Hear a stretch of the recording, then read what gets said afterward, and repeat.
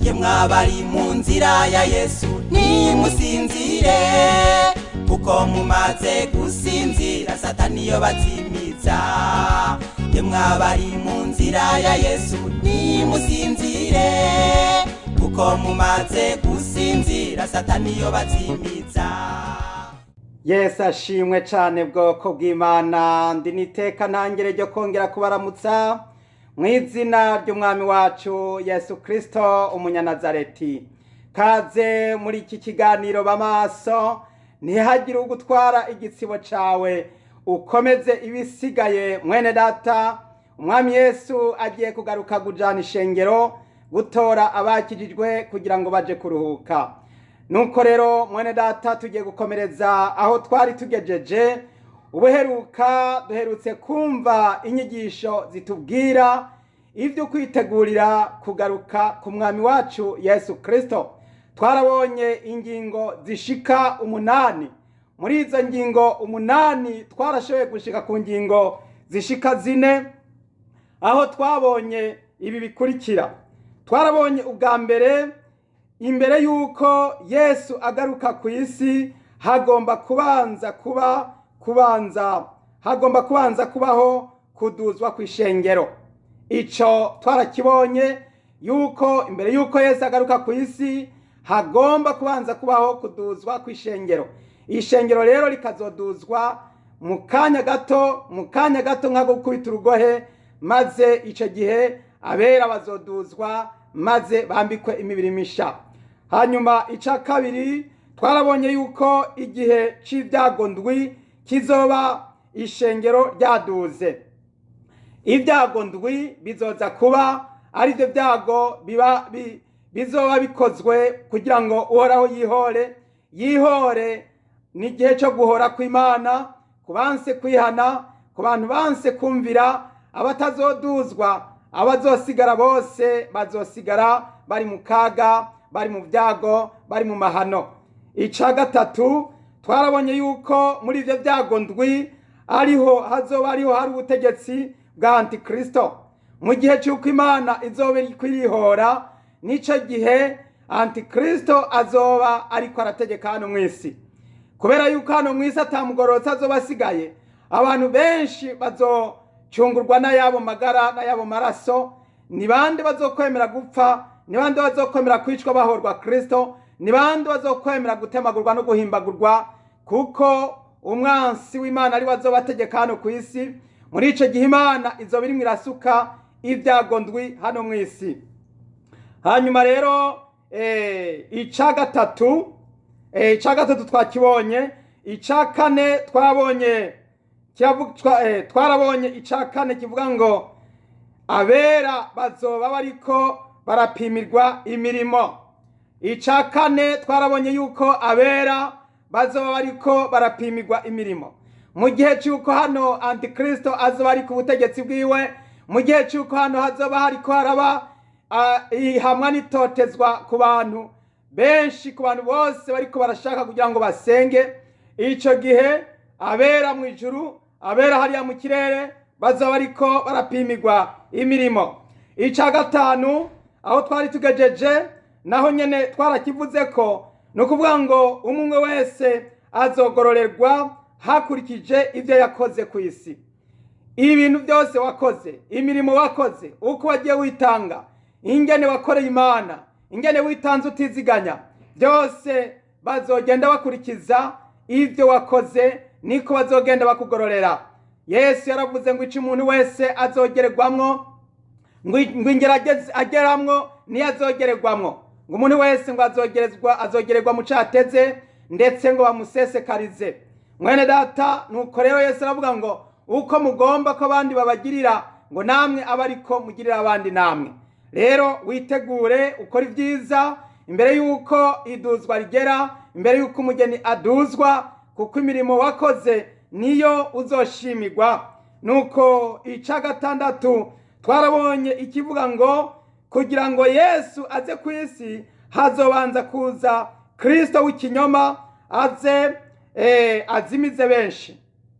Imbere yuko Yesu Kristo aza, imbere yuko haza ubwami bwa Mesiya, imbere yuko Yesu Kristo agaruka mu isi hazobanza kuza umufo Kristo, umuantikristo, ikinyoma, Yesu w'ikinyoma, antikristo w'ikinyoma, umugararije umwe yishira hejuru y'icitwa Imana cyose canke igisengwa. Uwo ni wazobanza kugaragara hano mu isi, kuko uwo rero azobaje yivuga ngo niwe Kristo, azobaje yigira Kristo, azobaje yigira gakomeye. Muri ico gihe azigira gahambaye, azokwigira gakomeye kugeza naho azokwicara mu rusengero yiyerekana avuga ati ni jewe Mana, yongera kwiha icubahiro amahanga yose, amakungu yose, indimi zose, n'abavuga indimi zitari zimwe bose bazoba bagomba kumwunamira, kuko ari wazoba ariko arategeka hano mu isi. Azohabwa ubutegetsi bw'igihe gito, azohabwa inganji y'igihe gito. Muri ico gihe azobica bicike, azimize, atema tongore. Rero mwene data, uwo ni wazobanziriza ukuza kwa Kristo. Ivyo byose twarabibonye. Azoza yicaye ku ifarasi y'igitare, byitwa yuko azanye amahoro, byitwa yuko azanye ibyiza mu bantu, ariko abazomukurikira bose bazotembanwa n'umuvo. Umwami Yesu Kristo azoza mu inyuma yuko antikristo azoba ariko arazimiza yahenze abantu, niho Yesu Kristo umwana w'Imana nzima azoza gushinga ingoma yiwe hano mu isi. Icindwi naco nyene twarakibonye kivuga kiti antikristo atangurana n'igihe Yesu amena agashashara ka mbere muri twa dushashara ndwi tumatanije igitabo ndwi. Igihe Yesu azotangura kumena agashashara ka mbere, niho antikristo azoba atanguye kugaragara mu bantu. Uno munsi akora guhishwa, uno munsi akora bucece, akora yinyegeje, azimiza abantu yinyegeje. Mu kuntu abazimiza, bamwe abakoresha ibitangaza n'ibimenyetso by'ibinyoma. Abantu benshi biruka mu nsengero bagenda kurondera ibitangaza.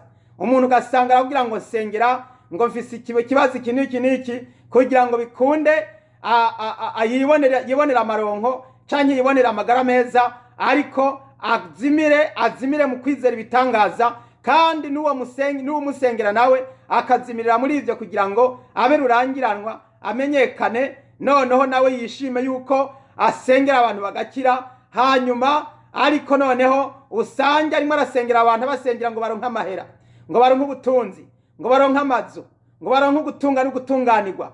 Abandi bagasabirwa amaviza, abandi amapasiporo, abandi bagasabirwa kugira ngo bahabwe ubutegetsi n'ubutware hano mu isi.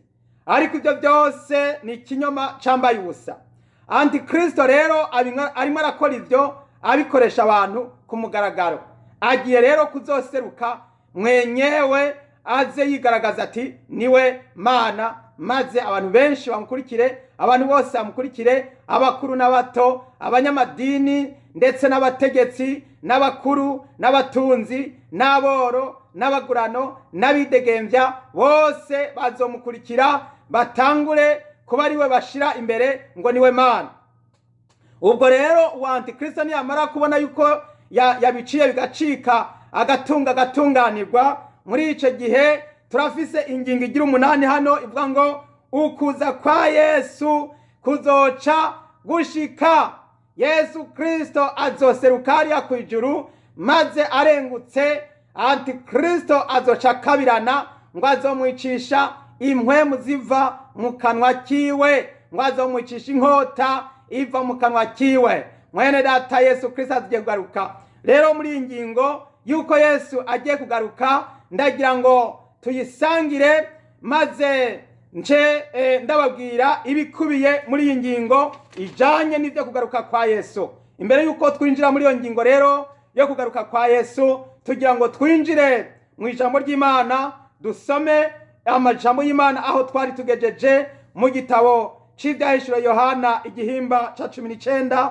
Turahera ku murongo w'11 maze turasoma tugeze ku murongo w'16. Reka imbere ya byose tubanze duhamagara Imana, hanyuma dusengera iki cigisho cy'uno munsi. Imana ihabwe icubahiro.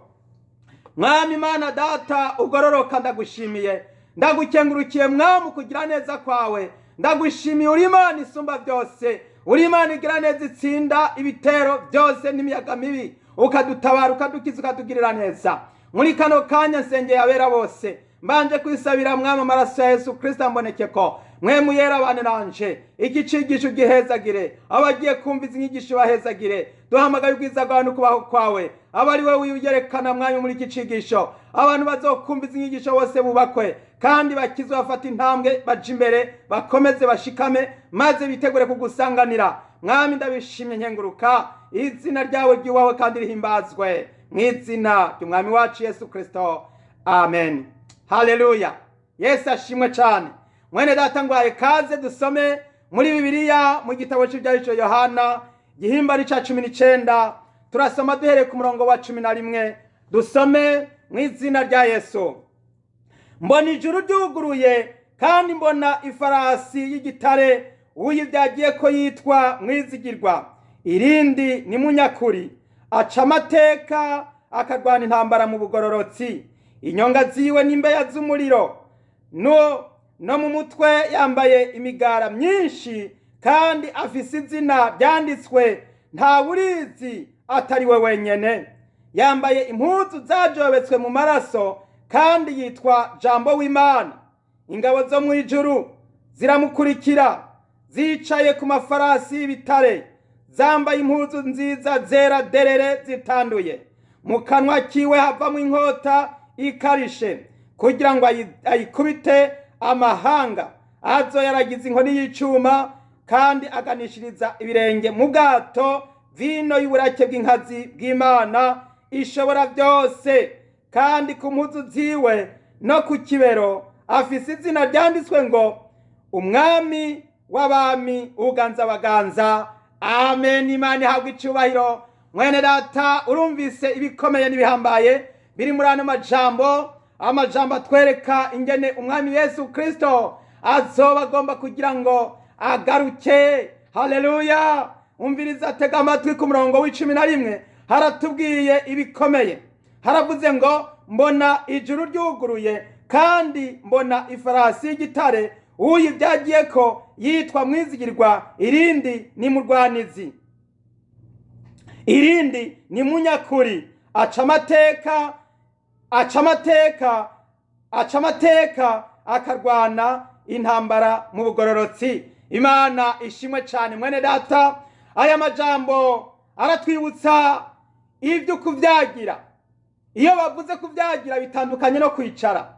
Twarabonye yuko hariya mu gihe Yesu azomena ibimatanije udushasharandwi, twarabonye yuko uzoba yicayeko ngo azoba yicaye ku ifarasi y'igitare.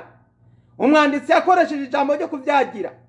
Abantu benshi barazimagirira muri ariya majambo, bakavuga yuko ngo azoba ari Mesiya arengutse, ngo azoba ari Yesu Kristo aserutse. Ariko ndagira ndabwira yuko itandukaniro ry'uriya Mesiya wo mu gihimba ca 6 mu Byahishuriwe Yohana igihimba ca 6 umurongo wa 1 kugeza kuri 3 atandukanye n'uyu Mesiya wo mu Byahishuriwe Yohana igihimba ca 19 umurongo wa 11. Uyu Mesiya wa mbere ariwe Mesiya w'ikinyoma. Hasomwa havuga ngo, dusomye duhereye kuri Byahishuriwe Yohana igihimba ca 6 umurongo wa 2, haravuga ngo mbona ifarasi y'igitare kandi uyicayeko ntabwo ari uyibyagiyeko. Uyicayeko yari afise umuheto, ahabwa igitsibo, agenda anesha kandi ngo yamanesha. Umviriza, uyu Mesiya wa mbere ngo yahawe iki? Ngo yahawe igitsibo. Igitsibo ni kuvuga ngo azoba ari umwami.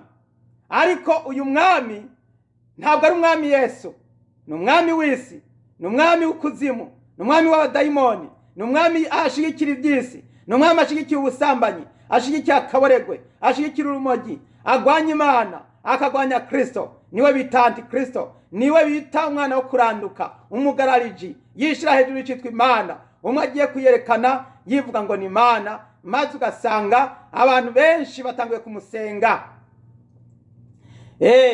Nguyu yicaye ko yari afise umuheto. Urumva yuko uyu Antikristo afise umuheto, kandi uyicaye ko yari afise umuheto ahabwa igitsibo, agenda anesha kandi ngo yamanesha. Urumva yuko nawe yahawe yahawe ukunesha ngo agende anesha, ariko hari ikintu atahawe. Hari ikintu atahawe. Abazi Kirundi murazi icyo bita inganji. Nta nganji yahawe.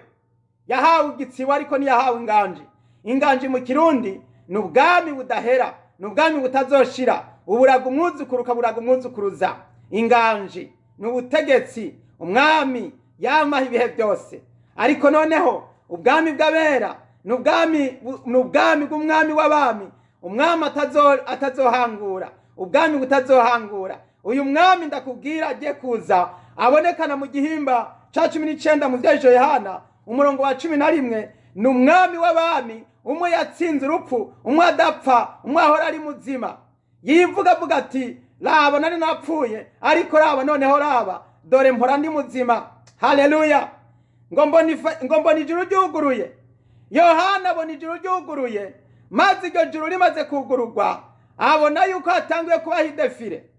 Murazi ko mu cigisho giheruka twagabijwe tubwirwa yuko mwijuru hariko haraba ibirori byo gutegura ingene bagiye gutegura ibirori n'idefire yo kugira ngo bagende mw'isi, kugira ngo baze mw'isi. Ukugaruka kwa Kristo mwijuru nukuvuga ngo hazobanza umunezero n'ibyishimo, bati tunezerwe duhimbarwe kuko ubukwe bwa wa mwagazi w'intama bushitse. Umugeni wiwe aramaze kwitegura, umugeni wiwe ariteguye, umugeni wiwe bariko baramwambika. Twarabonye ibitsibo nyene bariko barambika impuzu, imyambaro yera bayambika umugeni. Nuko rero hano ngo mwijuru ngo mbona ijuru ryuguruye, ngo kandi mbona ifarasi y'igitare, uyivyagiye ko yitwa Mwizigirwa. Haleluya.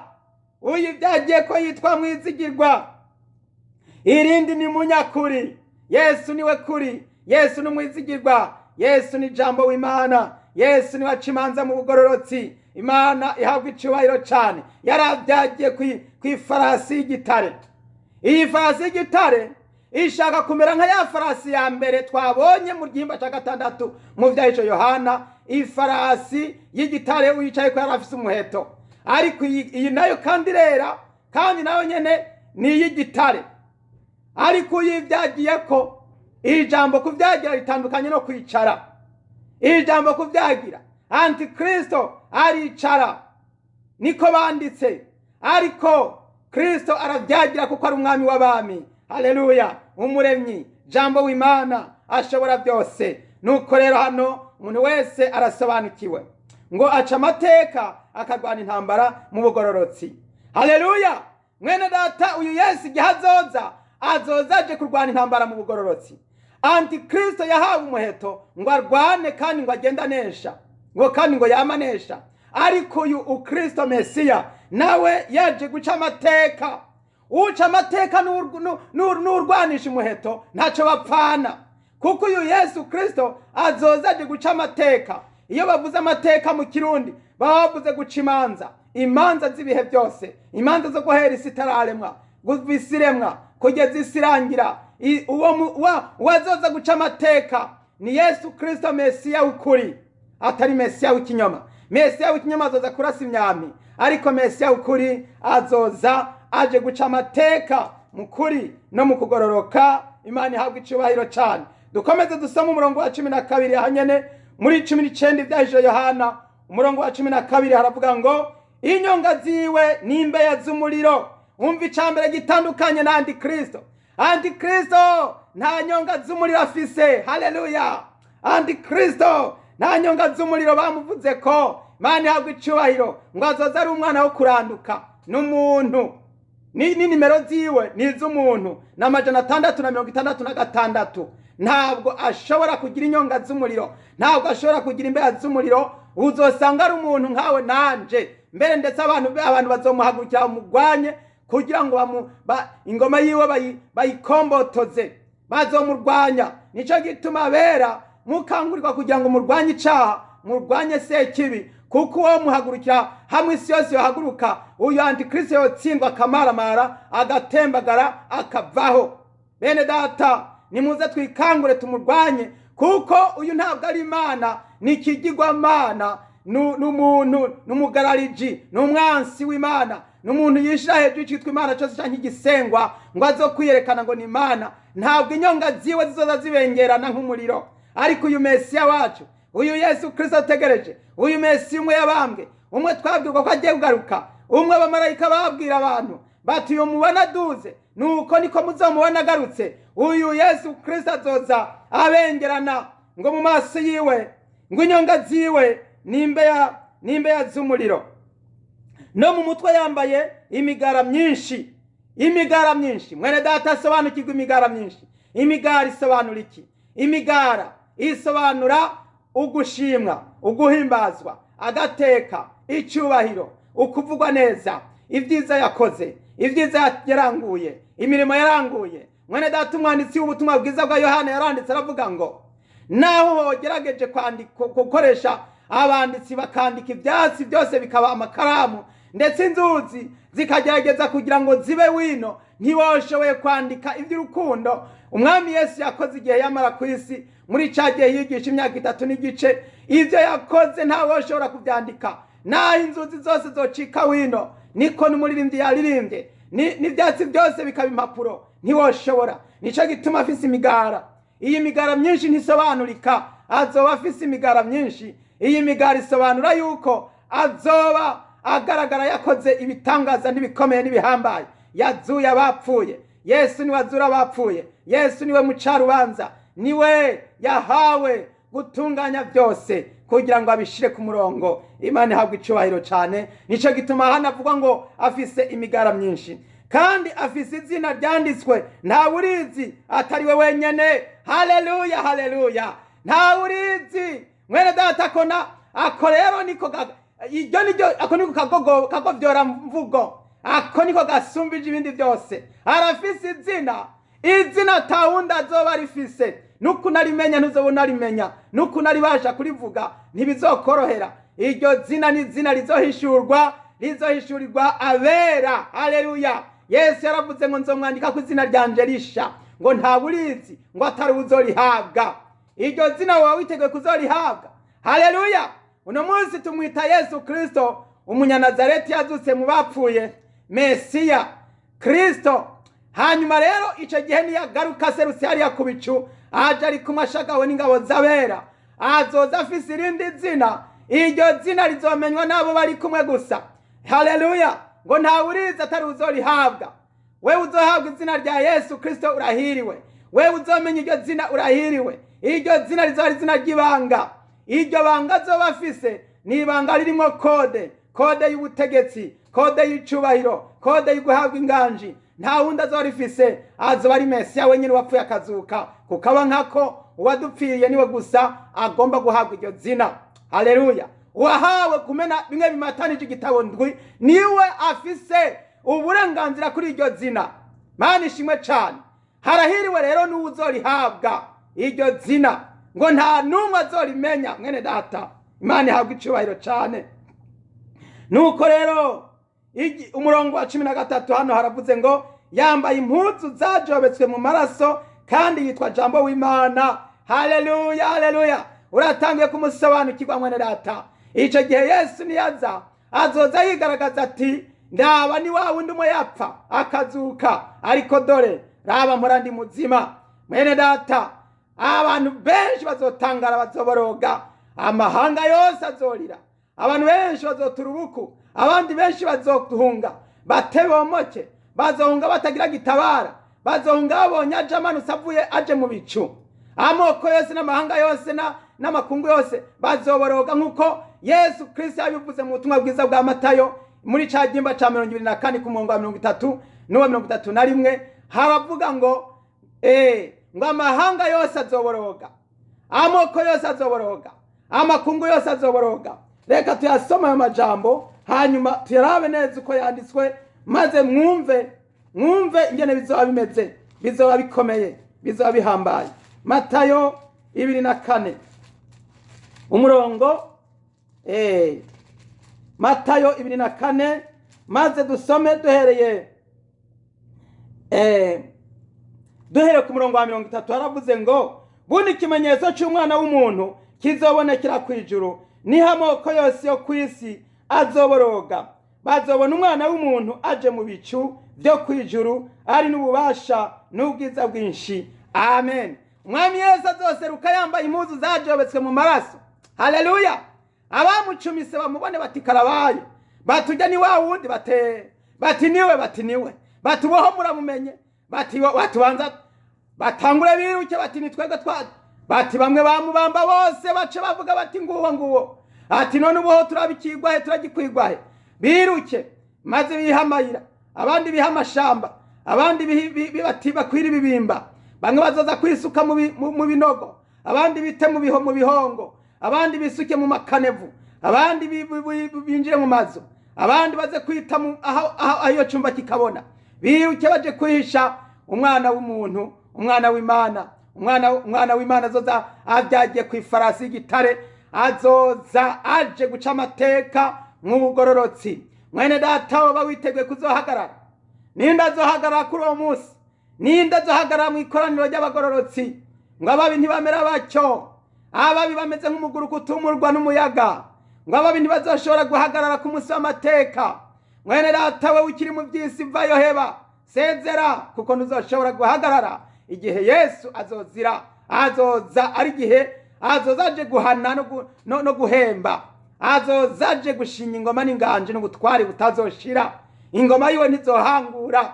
Mwene data cy'urubanza hakiri kare wihane, uyu mwami w'abami ataragaruka. Wihane umwanya ukiriho, umwami wacu Yesu Kristo Mesiya ataragera ku rwego rwo guhindukira ngo aze, kuko icyo gihe imbabazi zizoba zarangiye, hazoba ari igihe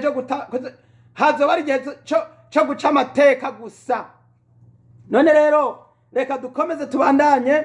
Twari tugeze ku murongo wa 14, Ivyahishuriwe Yohana 19 umurongo wa 14. Ingabo zo mu ijuru ziramukurikira zicaye ku mafarasi y'ibitare, zambaye impuzu nziza zera derere zitanduye. Haleluya. Ingabo zo mu ijuru ziramukurikira. Haleluya. Uyu wumva ariko aravugwa azoza yitwa Kristo Mesiya, umwana w'Imana. Yavuzwe n'uwagira ndwi guhera kuri Adamu yitwa Enoki. Yabitangaje abyandika umwanditsi wa mbere w'igitabo kera cyane mbere yuko umwuzure ugera. Uwitwa Enoki yaravuze ati nabonye Uhoraho azananye n'ibicu, ingabo z'abera zari zimushagaye. Iyo bavuze ibicu bavuze abera bazoba bari kumwe n'umwami wacu Yesu Kristo, bazoza bari ku ntebe, bari ku mafarasi, bazoza bicaye ku mafarasi y'ibitare, bambaye n'impuzu zera. Mwene data bazoba baje kugira ngo baze gufatanya na Kristo kuganza mu ngoma y'imyaka 1000. Iyi ni defile ikomeye idasanzwe yateguwe guhera isi itakaremwa, guhera isi itararemwa. Iyi ni defile izobaho yo mu ijuru, izoba umwana w'umuntu Mesiya Yesu Kristo azoja imbere, maze ingabo zose zimukurikire, maze batonde idefile baza berekeza ku ngoma y'ubutware butazoshira i Yerusalemu. Yesu azoza ahagarare ku musozi wa Elayono, maze ahagarike intambara y'urudaca ya Harumagedoni izoba irimwe irashaka guca gukora ibara ngo ikamanganye ngo ikureho ngo witwa umwisirayeli ku isi ku butaka.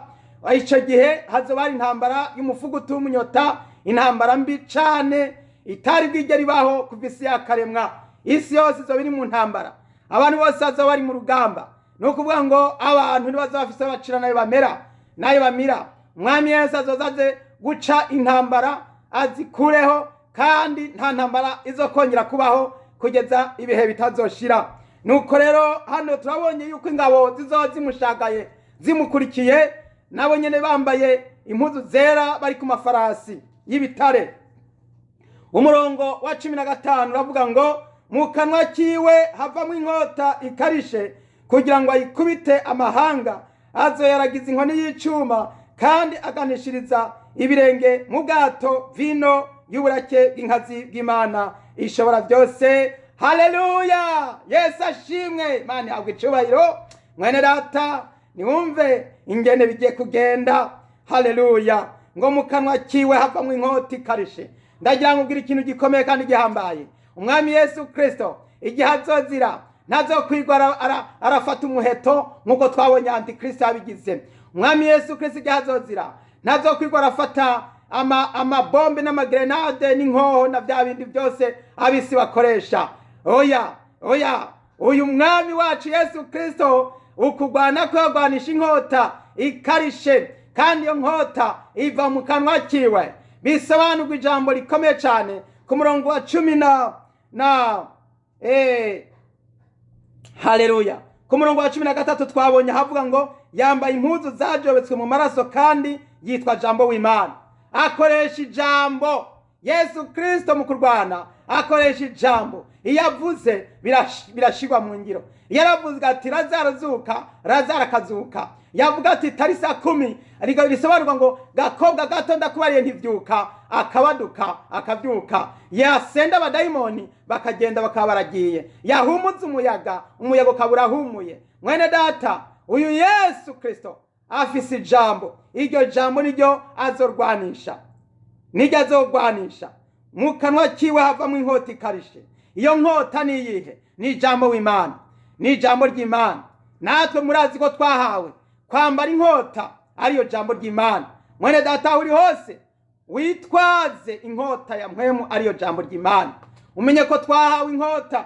Iyi nkota si yindi, ngiyi ni Bibiliya. Mwene data, Bibiliya ni inkota ikarishe. Bibiliya ni jambo ry'Imana. Yesu Kristo ni jambo w'Imana, ni jambo w'Imana. Haleluya. Nico gituma rero mwene data njuti y'umusaraba ugomba nawe kwibangikanya inkota ariyo jambo ry'Imana, ukayisoma buri munsi, ukayisoma ubudasiba, ukayisoma mu gitondo, ku mutaga, ku mugoroba, imbere y'ukuryama ukayisoma, waba uvyutse ugasoma Bibiliya. Jambo ry'Imana ni inkota. Haleluya. Nuko rero Yesu Kristo niwe jambo. Haleluya. Yesu niwe Bibiliya, niwe jambo. Haleluya. Yesu niwe nkinzo. Yesu ni Bibiliya. Yesu ni jambo w'Imana. Imana yahabwa icubahiro cyane. Nukuvuga ngo rero mukuzi igihe azoza avuga gusa ati Kristo c'est fini. Maze muri ico gihe Kristo avuga ati ati ntitwari bwabone ahurarara ngo ahita afatwa mpiri, ngo hamwe bona bamuvugishwa w'ibinyoma, maze bace bafatwa mpiri ako kanya nyene, maze ngo bahite bace batabwa mu nyenga.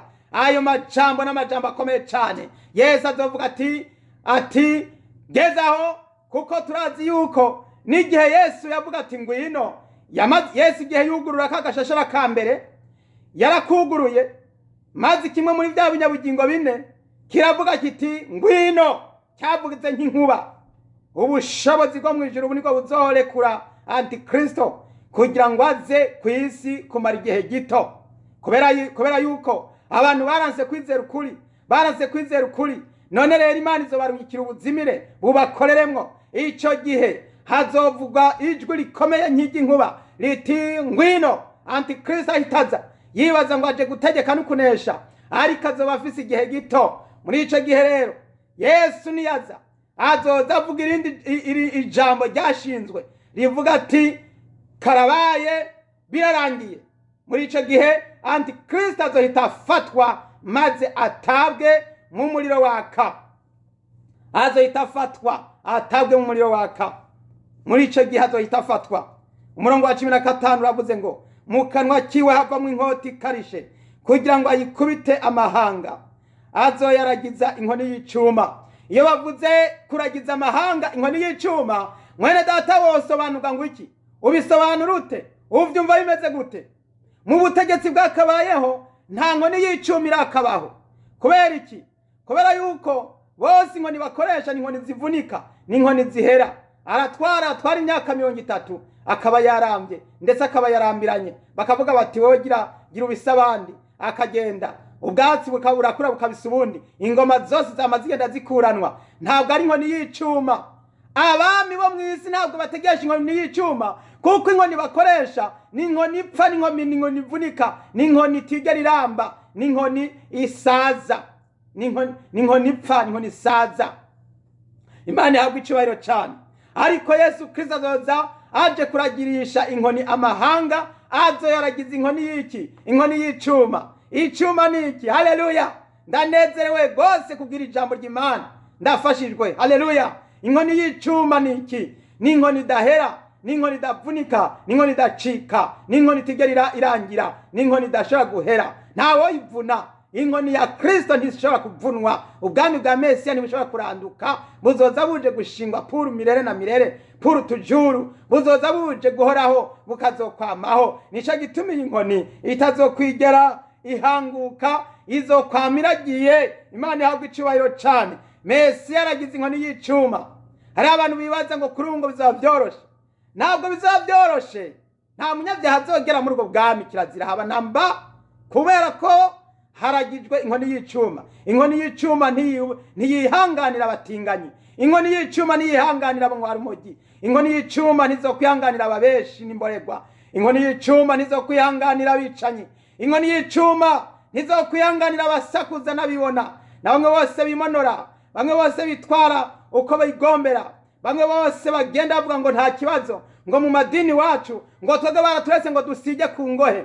Ugasanga hano ku ngohe barashizeho umuheto barasize, barateye ingonjorogo ku munwa haratukuye. Mwene data, iyo byose wasize, ndagira ngo ko bigiye guherana n'ubu butegetsi bw'igitugu burimwo burabica bigacika hamwe isi, ariko byose bigiye kurangira, byose bigiye guhera. Ndagira ngo ko ku butegetsi bw'inkoni y'icuma nta muntu azoza yiteye bya tatuwaje ku mibiri, azoza avuga ngo rimwe arashaka kuraramika, ngo ashaka ubwami, ngo ashaka nawe ngo bamushire mu bwo bwami. Ntibikunda. Ni inkoni y'icuma. Mwene data, ndagira ngo nkubwire ngo wewe ugendana ubwibone ukagenda wiyorobeka, ntabwo ushobora kuzoba muri ubwo bwami. Ahubwo ico no kubwira, gira vuba nyabuna, kuko uno munsi abantu bariyorohereza ngo bitwaje ijambo rivuga ngo Yesu yavuze ngo bireke bikurane. Ngo bireke bikurane, ngo gushitsa ngo kwigenya. Ndagira ngo ubwire wowe urindiriye yuko igenya rigera, nta mahigwe ufise, nta mahigwe nkuboneye, kubera ubutegetsi bugiye kuza n'ubutegetsi butazokwihanganira bibona, butazokwihanganira imborerwa, butazokwihanganira abicanyi. Ibisuma ntibizokwihanganirwa namba na gatoya. Hazoba hari ubutegetsi bw'inkoni y'icuma. Haleluya. Inkoni y'icuma. Mwene data, hari ibintu abantu benshi batari bazi. Uno munsi baravuga ngo hariyo bita ngo ubutegetsi bw'igitugu. Ukumva baravuze bati hariya ikiriya gihugu gitegekwa n'ubutegetsi bw'igitugu, cyane ngo turi mu butegetsi bw'igitugu. Egome, hariho ubutegetsi bw'igitugu hano mu isi, ariko ndagira nkubwire yuko inkoni y'icuma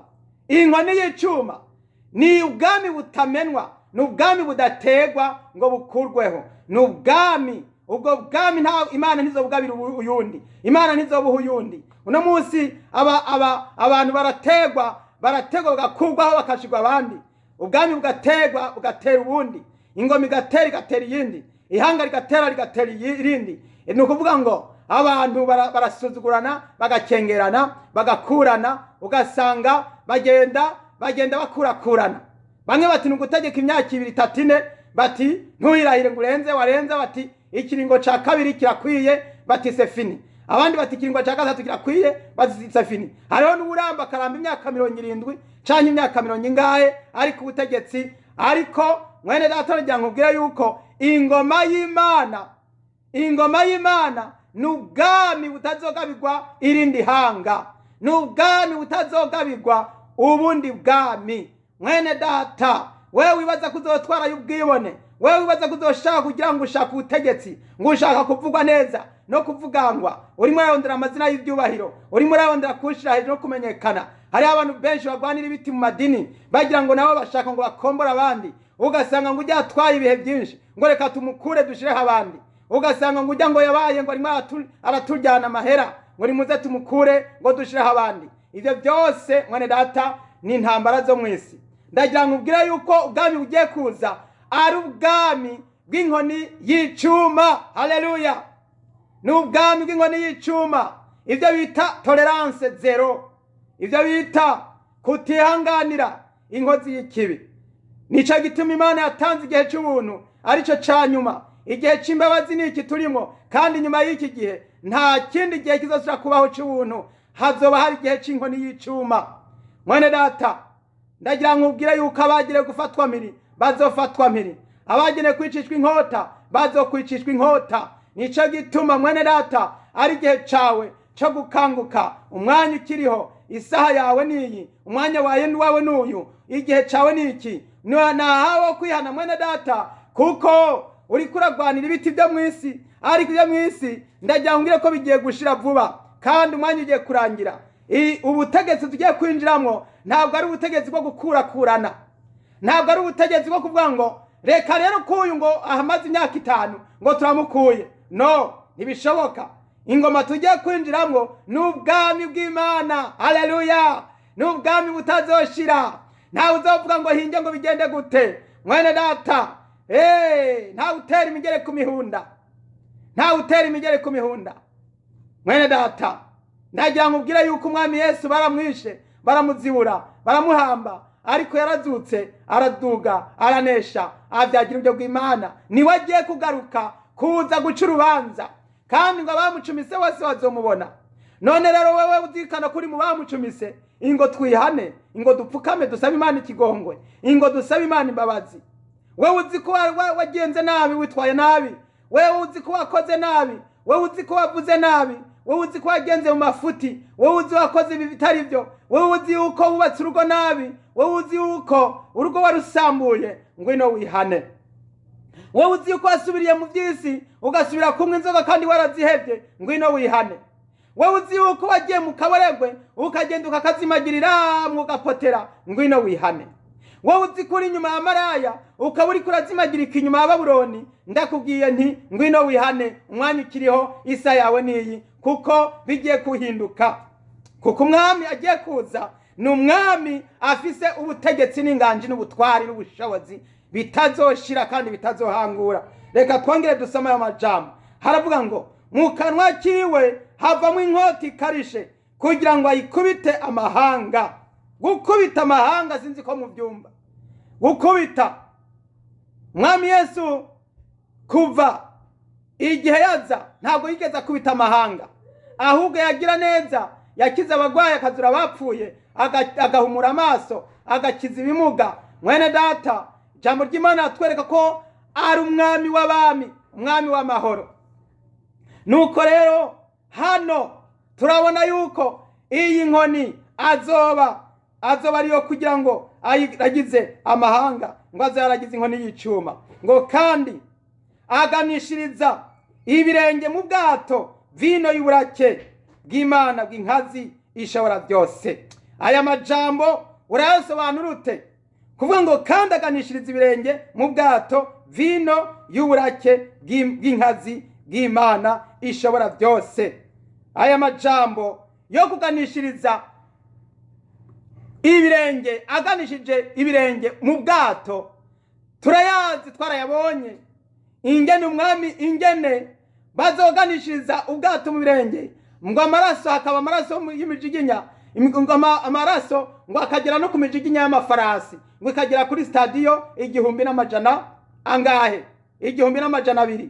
Mwene data, ndagira ngo nkubwire yuko ni ubutegetsi bwa Kristo, ni ubutegetsi buje gukura icaha, kudahanwa kuzovaho. Gukora icaha ukaguma wiyorobeka bizovaho. Nta byaha bizabikirangwa mu bwami bwa Mesiya. Nta mupfumu azobakirangwa mu bwami bwa Mesiya. Nta mukonikoni canke nanga yivuza canke umutegatega canke bagenda baguruka bazosubira kurangwa mu bwami bwa Mesiya. Haleluya! Nta murozi canke uraguza canke ubanza canke uterekera azosubira kurangwa muri ubwami bwa Mesiya. Bisobanurwa ngo ibijora n'abatizera n'abashakanye n'abasambanyi n'abarozi n'abakora ibizira bose n'abasenga iby'Imana bose umugabane wabo uzoba mu kiyaga caka umuriro n'amazuku, kirimo wa muvugishwa w'inyama na Antikristo, ndetse kirimo na ca gisato. Bazobarizwa ku murango no mwijoro, ibihe bitazoshira. Nta mukino, mwene data, nta mukino. Ndagira ngo musobanukirwe ubwami tugiye kwinjiramwo ntabwo ari bya bindi, ntabwo ari bya bindi si kumwe mu biziga mwabyibajije. Ubu bwami ni ubwami buzira icaha, buzira inenge. Ubu bwami ugiye kuza ni ubwami buzira kubesha no kurenganya no kudendereza. we utihanye icyo cyaha wagendeyemo cihane nyamuneka ugire vuba umwanya ukiriho, kuko ubwami ugiye kuza ntibuzotorera, ntibuzokwihanganira injiji zanse kwihana ibipfu, abantu banse kwihana bya bijuju, bamwe banse gucana amatara, bamwe banse kuzuza amatara amacupa mu matara yabo, babandi bavuga bati mupfasoni nutwugururire, abo ntibazihanganirwa. Mwene data, ndagira ngo ubwire ngo hazovugwa rya jambo rivuga ngo nimubabohe amaboko n'amaguru mubaterera hanze mu mwiza, ngo niho hazoba amarira no kuryanya isi yazamenyo. Mwene data, ndagira ngo nkubwire yuko ari igihe cawe cyo kugira ngo uhindukire wakira umwami Yesu vuba cyane, umwanya ukiriho, igihe kitarakurengana, kuko ubutumwa ntibuzohora buriho busemerera, bigiye kugera igihe bigeraho birangira. Nuko mwene data wumva ushobora gukunda ugakiza amagara yawe, ugire vuba umwanya ukiriho, kuko birakomeye kandi birahambaye. Ngo aganishirize ibirenge mu bwato vino y'uburake bw'ukuraka bw'Imana ishobora byose. Bisobanurwa ngo umujinya n'uburakari by'Imana muri icyo gihe bizoba bigeze kugira ngo bishigwe mu ngiro. Hazoba hageze aho umujinya n'uburakari bw'Imana bitangura gusukwa ku bansi b'Imana, ku banse kwihana, ku banse kumvira. Abantu benshi barasemererewe babwirwa bati rero mwene data, kunda wumvire, kunda wemere uce bugufi, ugendane n'amajambo y'Imana, ureke kugarariza, ureke kwigira gakomeye, kuko ntawe utera imigere ku mihunda, ntawe ushobora kurwanya Imana. Mwene data, Imana ntigwanywa, ntawe utera imigere ku mihunda, kirazira. Ahubwo iciza nuko wokiza ukigaheba ukarandura, kuko ngo kandi aganishiriza ibirenge mu bwato vino y'uburake. Iyi vino y'uburake ni iki? Ni umujinya n'uguhora kw'Imana, n'ibihano byagenewe abasambanyi, n'ibihano byagenewe imboregwa, n'ibihano byagenewe abicanyi, n'ibihano byagenewe abanywarumogi n'abatinganyi, n'ibihano byagenewe abanse kwakira umwami Yesu nk'umwami n'umukiza mu bugingo bwabo, n'ibihano by'abantu bahemutse bagahemukira Imana, bagahemukira abantu, maze barangiza ntibihane ngo babivemo. Igihe kiracariho mwene data ucumvira ijambo, kugira ngo wature wihane, usaba Imana imbabazi, kugira ngo Imana igutabare, Imana ikubabarire. Nuko rero umurongo wa 16 hano uratubwiye ngo kandi ku mpuzu ziwe no ku kibero afise izina ryanditsweko ngo umwami w'abami uganza abaganza. Haleluya! Mwene data, uko Yesu azoba ari kwidafira amanuka, atera amanuka, abatuye isi bose bazogenda basoma inyandiko. Inyandiko abantu benshi, abana n'impumyi bazobona, bose bazokwibonera. Mwibuke yuko igihe Yesu Kristo, igihe Yesu yacikana, igihe Yesu yacumitwe icumu mu rubavu, nukuvuga ngo hari umusoda wamucumise icumu mu rubavu, kandi bajya basoda bacumise umwami Yesu bamaze kubona ibibaye, baciye bizera, baca bavuga bati by'ukuri yari umwana w'Imana. Babonye isi igigima, babonye cya gihuzu cyaragitanamutseho kabiri, babona ibitangaza bibaye, baciye bizera, baremera bati by'ukuri uyu yari umwana w'Imana. Rero kuri wa munsi igihe azozira, mwibuke ko hari icandiko cyari canditswe igihe Yesu Kristo yabambwa. Icyo candiko cyari canditswe na Pilato, yari yanditse hejuru ku mutwe wa Yesu ku musaraba ati nguyu umwami w'Abayuda.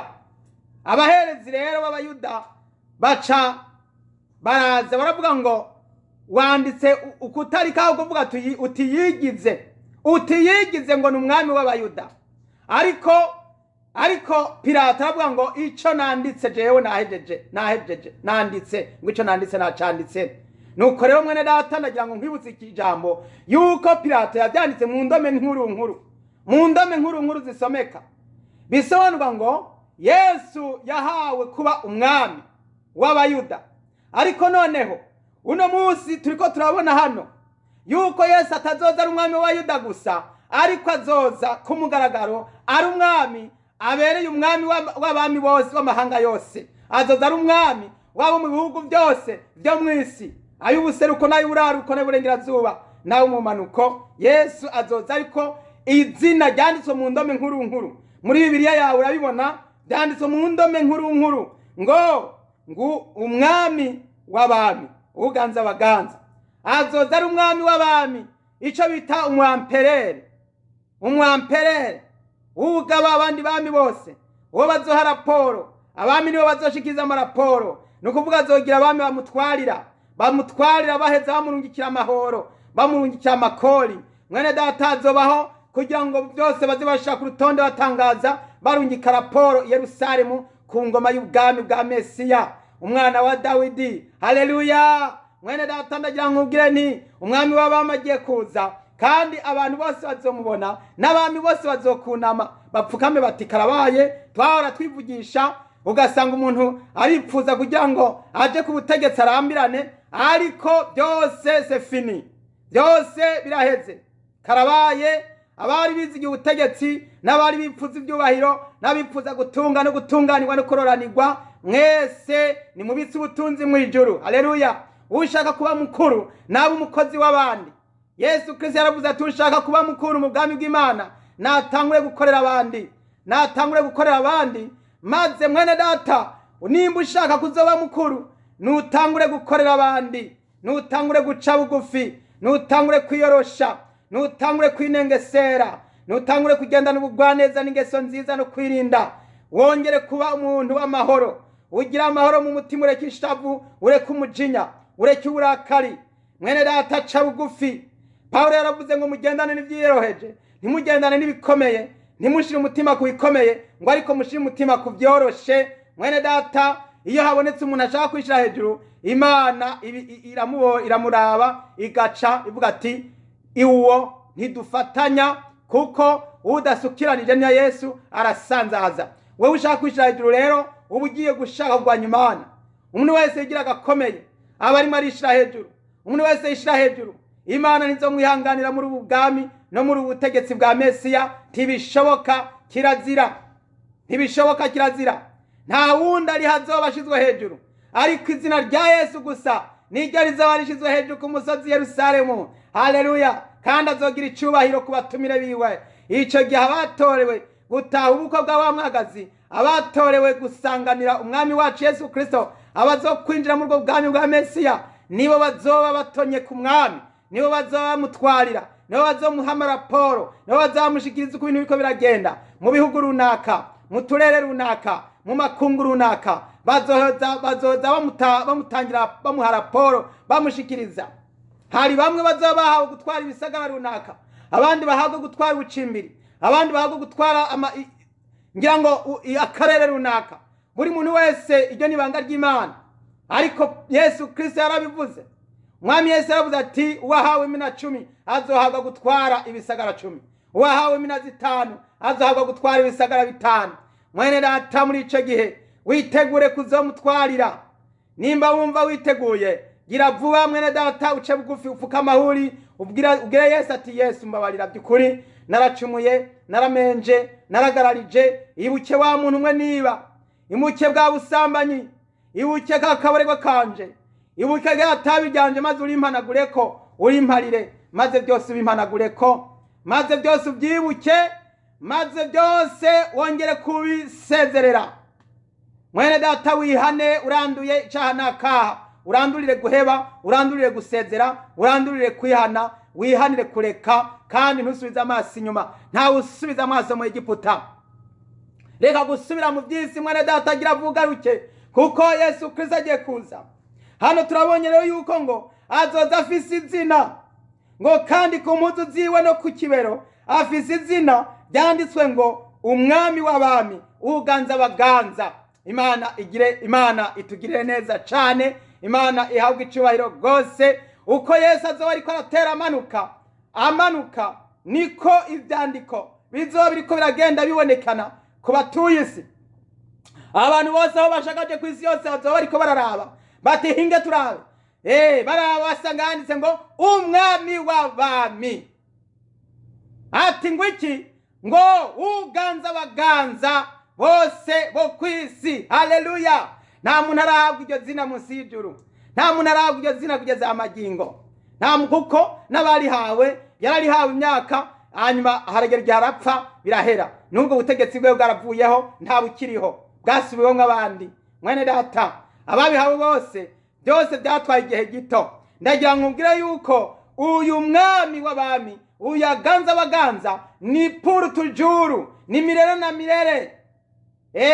Ntabwo bizogira iherezo. Ni ubwami bw'umwami w'amahoro, ni ubwami bw'umwami w'ukuri. Azokuraho icaha akimaririkanye, agikureho burundu, kuko yaratanze ikimazi ku musaraba, kandi ikimazi kiwe kizoguma gikureho kugeza ibihe byose. Kizokuraho kimaririkanye, abanyabyaha ntibazogira ikibanza mu bwami bwa Mesiya, ntibazokira ikibanza muri iyi ngoma y'iteka. Mwene data rero, urasobanukiwe ingene idefire izoza y'umwami Yesu azoza avuye mu ijuru ari kumwe n'abamarayika n'ingabo zimukikuje, hanyuma Yesu Kristo aze maze yime ingoma ku mugaragaro.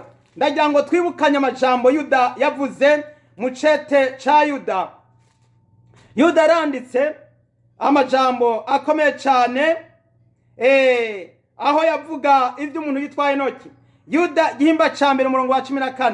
Yuda yaravuze ngo, kandi Henoki niwe yagira indwi uhereye kuri Adamu, yavugishijwe n'Imana ibyabo, ate Uhoraho yazananye n'amasinzi y'abera biwe, kugira ngo acire bose amateka no kwemeza abatubaha Imana bose ko batsinzwe ku bikorwa byose byo kutubaha Imana bakoze batayubaha, n'amagambo yose akomeye abanyabyaha batubaha Imana bavuze bayirwanya. Mana ishimwe cyane.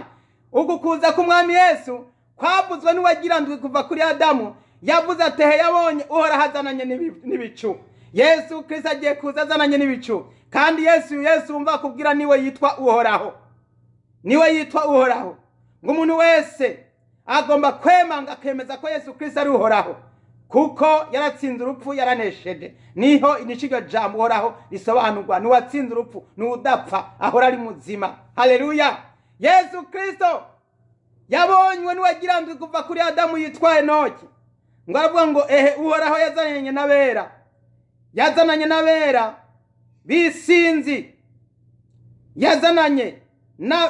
yazananye n'amasinzi y'abera biwe. Haleluya. Yesu Kristo azoza azananye n'amasinzi y'abera biwe. Nuko rero mwene data, muri abo bera mbega urimwo, Imana ihabwa icubahiro ku muntu wese azoba arimwo. Wewe uri murahiriwe, wewe uzoba urimwo muri iryo shengero ry'abera, muri iryo sinzi ry'abera. Waragiriwe ubuntu n'Imana kuko watoranijwe. Ndagira ngo ngire ngo nukomeze kubera amaso ubugingo, utegura impuzu zawe zikomeze kuba zera derere. Wirinde kugira ngo hagarara ushikamye, witegure gusangana umwami wawe araje. Nuko rero ngo ikizoba kizanye umwami Yesu, ngo kuzoba ari kugira ngo acire bose amateka no kwemeza abatubaha Imana bose ko batsinzwe ku bikorwa byose byo kutubaha Imana bakoze batayubaha. Mwene data, Henoki yagira indwi niwe yabanje kuvuga ibi. Yavuze yuko Uhoraho azoza aje guca amateka, azoza aje gucira amateka abagarariji, abamubambye, abanse kwihana, abanse kumvira, abanse kwemera umwami nk'umwami n'umukiza mu bugingo bwabo. Abo bose n'abamuvuze ko amajambo y'agatituro, ngo abo bose ngo bazoza gucirwaho iteka.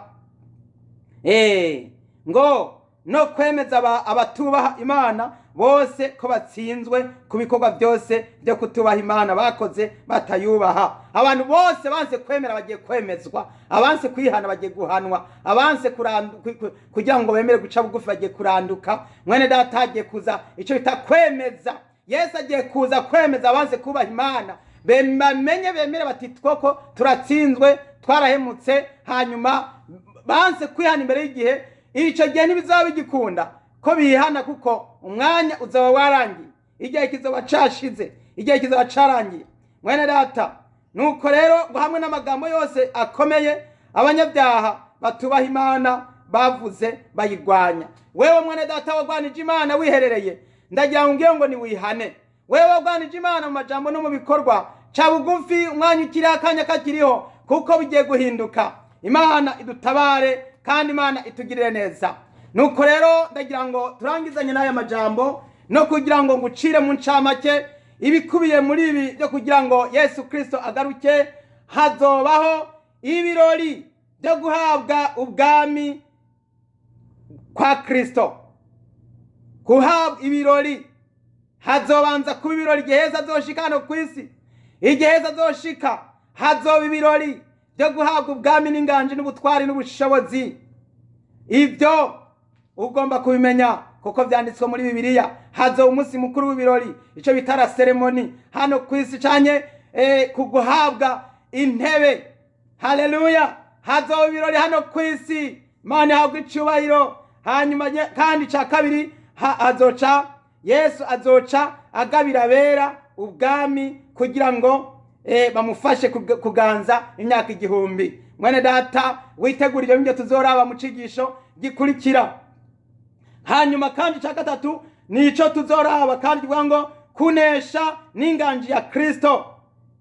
Hazocabo ifatwa rya Antikristo, afatwe ngene turaba ukuntu bizogenda, ngene urugamba ruzogenda. Muri ico gihe ivyo byose ni ngombwa kugira ngo ubimenye bisobanukirwe. Hanyuma twongere turabe kubohwa kwa Satani kw'imyaka 1000. Muri ico gihe byose n'urukurikirane rw'ibikorwa bizoba mu gihe cy'uko Yesu Kristo azoba ageze ku isi. Mwene data, ndagira ngo rero witegure gufatanya na Kristo kuganza imyaka 1000. Wewe rero mwene data wakurikiranye ijambo ry'Imana, ukaba wumva hari ikigomba kwihana, ukaba wumva hari ikigomba guca bugufi, ukaba wumva hari ikigomba kwakira Yesu Kristo, ugomba kwakira Yesu umwami n'umukiza wawe mu bugingo bwawe, nahawe n'igisaha n'uyu munota. Gira vuba ugire n'ingoga mwene data kwakwanye, wakira gakiza, wakire Yesu mu mutima wawe. Wewe musore ni wihane, yewe mukenyezi ni wihane, yewe mugabo ni wihane, ndetse n'abakozi Imana bakorera Imana mu mafuti nibihane bace bugufi basaba Imana ikigongwe. Umuntu wese ahari mu rwego rwose, ariko wewe wafuditse wafutanganije ibintu byose wagenze ngo bitameze neza, byose nuvyature. Umwami Yesu araje, agiye kuza guhemba no guhana, kandi igihe kirageze cyo kugira ngo abantu bitegure ndetse bagire vuba kandi bihute, kuko Umwami Yesu agiye kuza bidatevye. Tugiye gusenga Imana rero, dusengera umuntu wese ariko araca bugufi yihana kandi yitunganya. Haleluya! Mana data wa twese ushobora byose, uhoraho uri mu ijuru, muri kano kanya nciye bugufi ndagushimira ndagukengurukira, kuko ubutumwa bwiza buvuzwe ari ubwo kubwira abantu bose kugira ngo bakire izina ryawe, bakire agakiza, babohoke, bongere kwizera, bongere kukwakira umwami n'umukiza mu bugingo bwabo. Ndasengera abantu bose bakiriwe ubutumwa, umuntu wese arimo arafashwa, umuntu wese yafashijwe yongere guha umutima Imana, yongere kwakira Yesu Kristo, maze mwami wanje data buja uyu muntu ajanjagurike mu mutima, maze arandura icaha, arandura ubuzimire, arandura ubupfu bwamuhenze, arandura ibitero byamujemo, arandura iki caha camubayemo, arandura iki kibi camujemo, yongere guhinduka mu izina rya Yesu Kristo. Ndasengeye mwami batarakizwa ngo bihane, ndasengeye abasubiye inyuma bagaruke, ndasengeye mwami Mana nzima bazimiye bazimuruke mu izina rya Yesu Kristo wa Nazareti. Urakoze mwami. Ndasengeye umwene data mwami yimonoye, yigize ukundi Imana itamugize, umuhe kubikurako, nabikureko mwami, maze nyamara kubikurako aheza apfukame yihane, kandi mwami uramugirira imbabazi. Abantu bose bariko baragirirwa ikigongwe, mwese mwizere ko Yesu ababariye, koko Yesu n'umunyembabazi. Yesu agira imbabazi, agira ikigongwe. Haleluya! Haleluya! Mwami ndasengera abantu bose ariko baraca bugufi bihana, ubabarire kandi ubagirire ikigongwe, ubatunganye kandi ubagirire neza. Oh haleluya! Mwami ndagushime ku bantu buhagiwe n'amaraso yawe igiciro kinini, uboze ubuhagire ubatunganye ubeze, kugira ngo mwami bategure impuzu zabo, bitegure kugusanganira, bitegure kuzokubona. Mwami twese dutahurukanwe mu bwami bwawe butazohangura. Ndabisenze nizeye kandi ndabishima nyenguruka, izina ryawe rishemagizo kandi rihabwa icubahiro. Mbisenze nizeye mu izina rya Yesu Kristo umwami n'umukiza wacu. Amen. Amen. Imana ibahezagire bene data, mwari kumwe na mwene so Abeli Mbonimpa. Yesu abahezagire cyane mwese. Haleluya. Amen. Ikangure bagenzi, ikangure bagenzi, umwami Yesu ari ku rugi. Ikangure